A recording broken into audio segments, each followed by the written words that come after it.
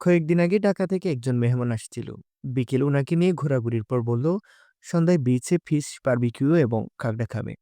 অতিথি মানুষের আবদার রাখতেই তো হবে।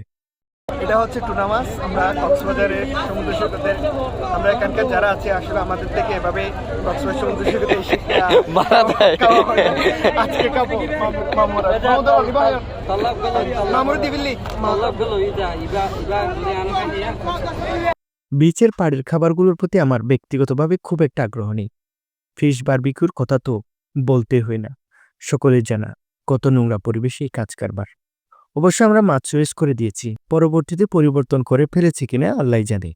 প্রায় 1 কেজি মতো ওজনে টুনা মাছটি বারবিকিউ সহ মূল্য ধরেছে সম্ভবত 600 টাকা কিংবা তার এদিক সেদিক। খুব নোংরা পরিবেশে মাছটি পরিষ্কার করার পর আধা ঘন্টার মধ্যে বারবিকিউ করে আমাদের সামনে এনে দিল। গালে দেখি একটা অবস্থা, তিতাও না মিষ্টিও না, ঝালও না।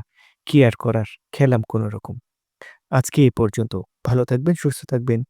আল্লাহ হাফেজ।